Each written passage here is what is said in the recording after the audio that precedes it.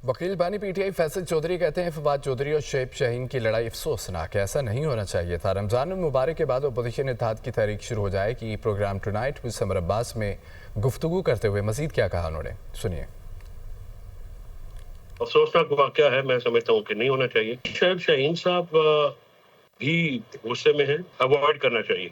आज इमरान खान साहब ने मुझे ये भी कहा, स्पेसिफिकली इंडिकेट किया कि आप जाके असद कैसर साहब को ये कहें कि और जो उमर यूब के हमारी मुज़ाकराती कमेटी है कि वो पाकिस्तान की तमाम अपोजिशन जमातों के साथ और उन जो पार्लियामेंट के अंदर हैं या बाहर हैं उनके साथ बात करें जो कि फ्रॉडुलेंट इलेक्शन समझती हैं, पाकिस्तान में रूल ऑफ लॉ चाहती हैं, जमहूरियत की बहाली चाहती हैं, तो उनको एक पेज पे लाया जाए ताकि रमज़ान के बाद हम एक एहतजाज की जो उनका एक प्रपोजल है कि वो हम उसको शुरू कर सकें।